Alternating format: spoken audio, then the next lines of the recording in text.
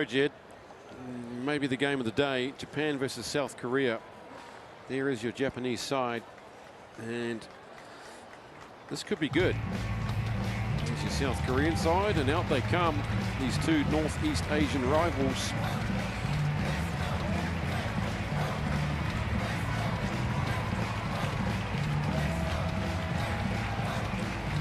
They squared off in the cup final of leg 2 of the Asian 7 series in Bangkok. And Japan put them away, 45 points to 5. Absolutely gave them a scene to. But as we've seen already today, this Korean side can unlock defences. A couple of great players.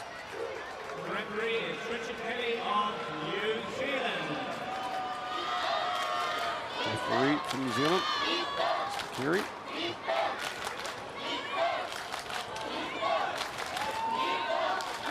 Kelly.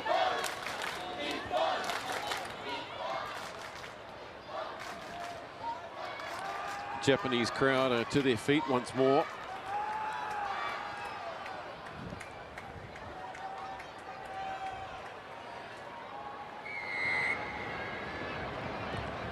Away we go. Chang gets us underway for Korea. It's a long one, deep down into the 22. Japan can score from anywhere.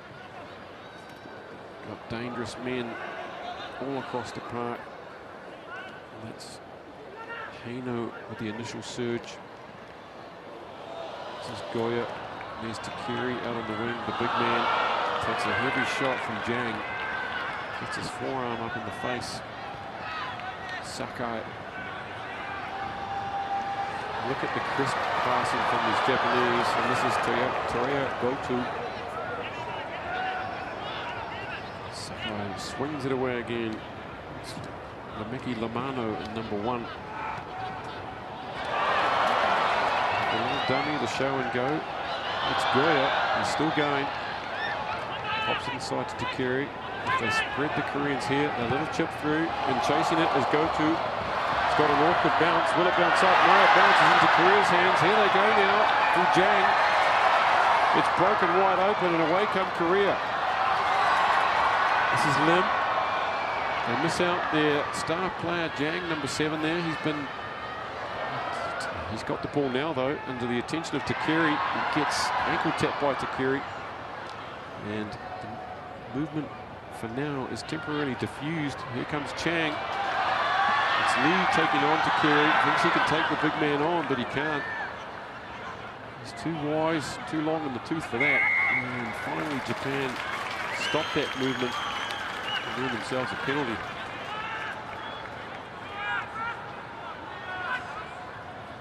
Well, end-to-end football.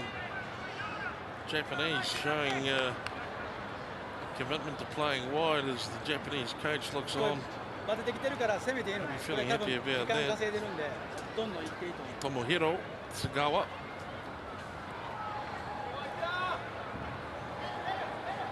Almost a wry grin on his face as he watches the opening stanza of that play of the game come to an end. Oh, we're Japan only a fingertip away from going in. Here we go now. From the set piece of the scrum is Haino. Trying to pierce through the midfield. Here goes Goto again. Look at this guy. He's got such wheels and grace, and he takes a step off the right foot. Beats number 7, Jang Seong-min, the normally steadfast and sure Korean midfielder. And there's the first score. Well, there it is there. That was the winning of it. Just the good work at the breakdown, good quick ball, and you can't really coach the kind of footwork that Goto's got. He's got that express pace as well. But Japan, good heads-up rugby at the moment. And just to bounce the ball, really, that doesn't have them further ahead than they are right now. The kick is good from Sakai, so it's 7-0. Away we go again. They are masters of the restart, are Japan. And there's another one. It's sailed over the sideline after coming off one of the Koreans.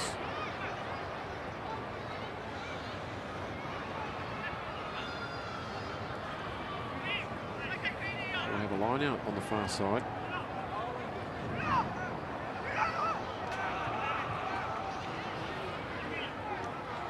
And away they come again. It's another wave by the Japanese, and luckily for the Koreans, that's been knocked forward. Go-to on this occasion. Danger bell, danger signs were ringing again there.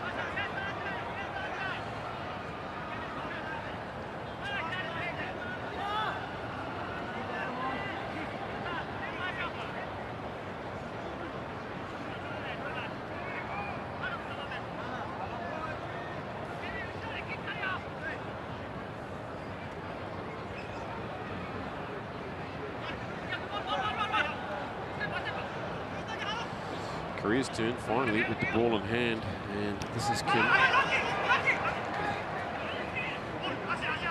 Get the feeling that Japan are going to make a big statement in this game against Korea. Sakai running into the referee there.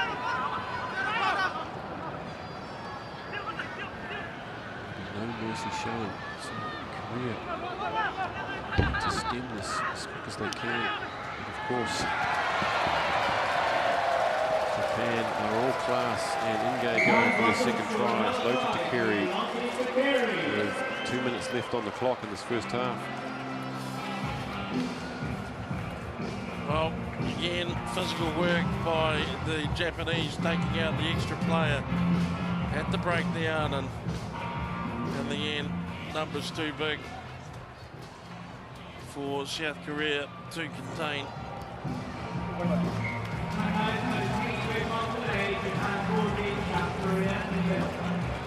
The kick is over again, so it's 2 converted tries to 0. Just over a minute remaining. It's 14-0. Korea now have to try and peg one back before half-time, so they can go into half-time break within shouting distance of this classy Japanese side. We haven't seen much at all yet. But you can put that down to Japanese defence as well, of course. Lost in contact. Go-to. Sakai pops it back. And in the pocket is Zulu.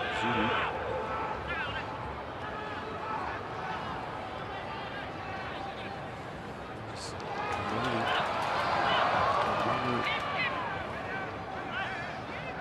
a bit messy at the moment. Going down on it is Jang. Holding on again, and it's more possession to Japan.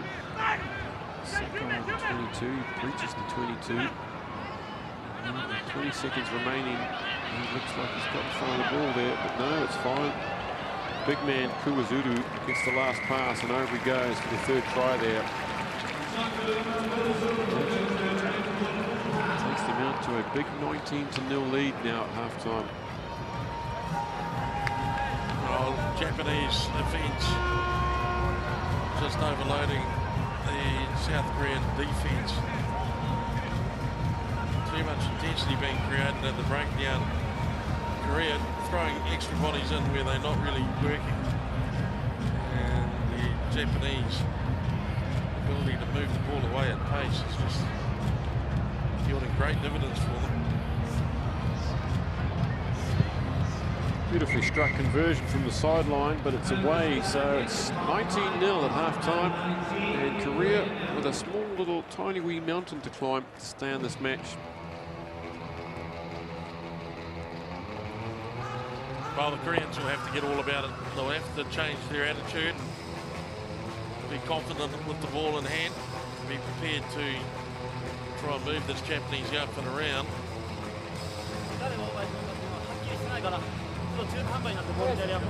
Korea, though, will just have to beat Singapore tomorrow if they do lose this match to make the Cup semi-final. Earlier defeating China in the clash of the second and third seeds, so they're not out of it by any means.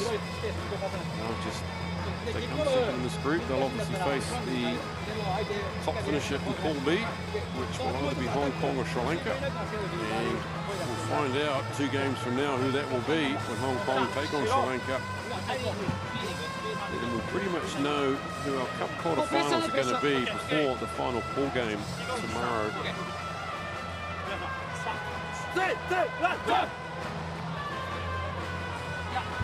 Japan tomorrow morning facing China and Hong Kong facing Malaysia.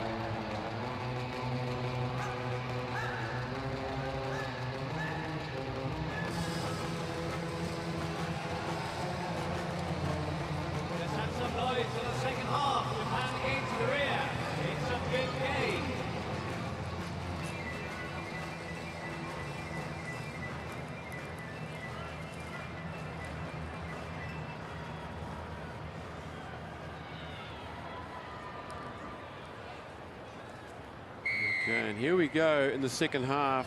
Can Korea come back from a 19-0 deficit to put some pressure on Japan? Build something of their own. And here they go straight away from the kickoff. It's Cha Sung-kun, number 3 there, as you saw him charging down the far side. He's a large man. There's a real mistake from Japan, right through the arms of Lamano and over the sideline. So a line out, 1 meter, 2 meters inside Japanese territory for Korea.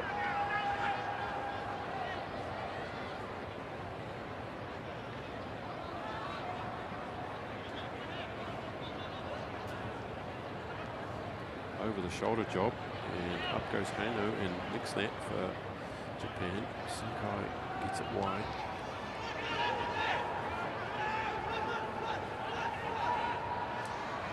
Korean stern defense there is forced to turnover, showing a little bit of advantage playing here. Oh, tidy footwork from Jang. Over the shoulder pass, gridiron style. Look, this is much better from Korea already. Jang Song-min gets it inside to Jang Jeongmin, and unfortunately they've knocked that on, but already Korea looked much more earnestly in that passage of play.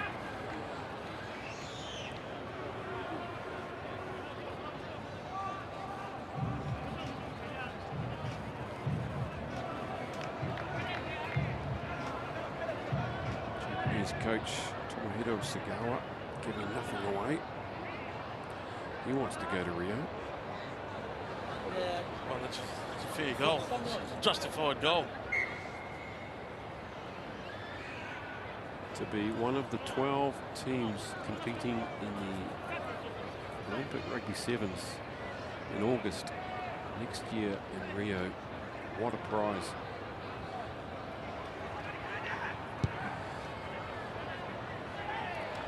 Hano decides to just get it downtown and let a speed man go to chase after that. Well tracked back by Kim. He's tidied that up. His players are still coming back. 3 or 4 of them still yet to get back. Finally, just in time, Jang Song-min just gets behind the ball in the nick of time. And here we go down this right flank this time. Ooh, the big man, Cha, has been upended. Kuwazudu, and he's still on the ground. He's breathless. He's had the wind knocked out of him as Lamano comes away. But Kuwazudu's back on his feet. He's supporting, and he sets up and retrieves the ball for Lemeki Lamano to go over for Japan's 4th try. Thunderous defence by Japan, creates a turnover, and then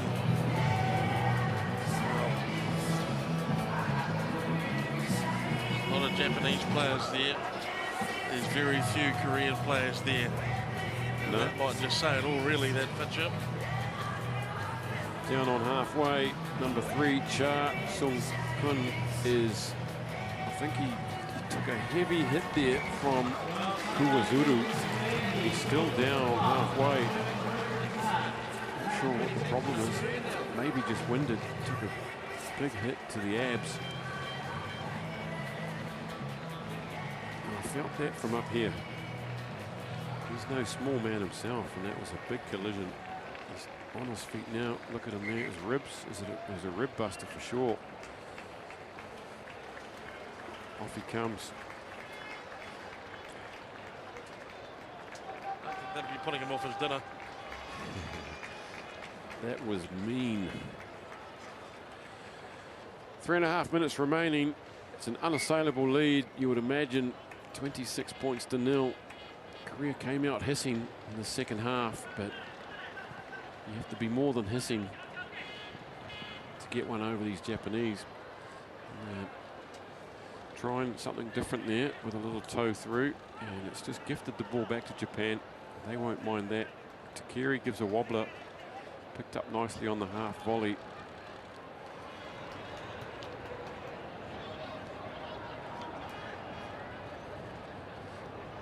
The arm goes out for advantage, and it's danger man Goto again. He's just blazing this match here, blitzing the Koreans. 31-0 now. Well, Takiri had done all the heavy lifting there as we pick it up, and he comes in, and Goto could see the gap opening up thanks to Takiri's efforts, and he was on song enough to just go straight up the spout as the hole opened up.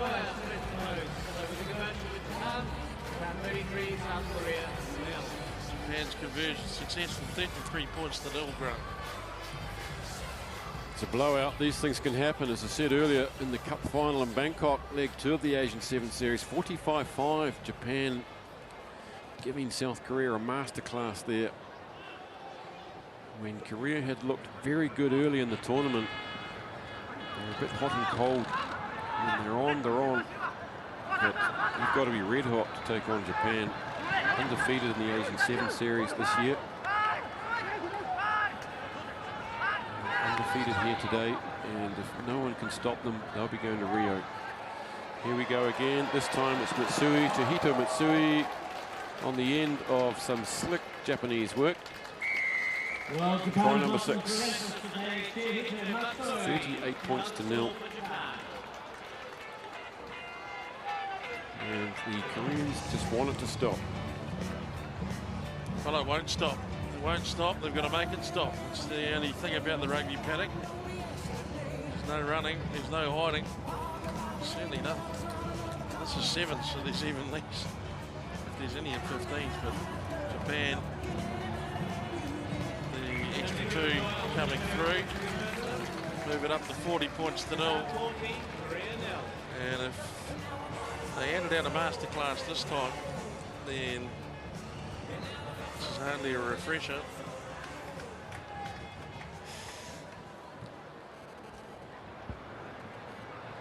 Japan facing China tomorrow.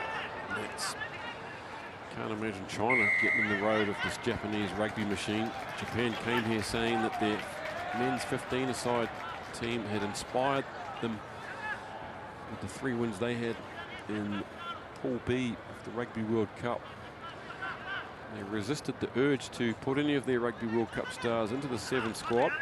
Happy to go with the squad they've built over the series. And these players paying that off in truckloads.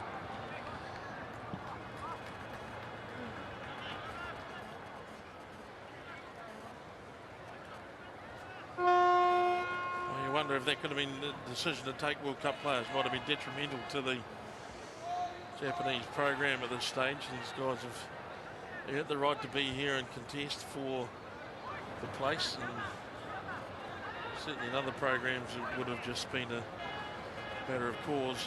Perhaps England would have quite happily taken World Cup players, but Japan making the right decision here, and they continue to reinforce the decision to show trust in these players, as the Japanese send another one in, and just from the scrum he's stood at the back, he's weighed up his options, and he's taken the right one in the end.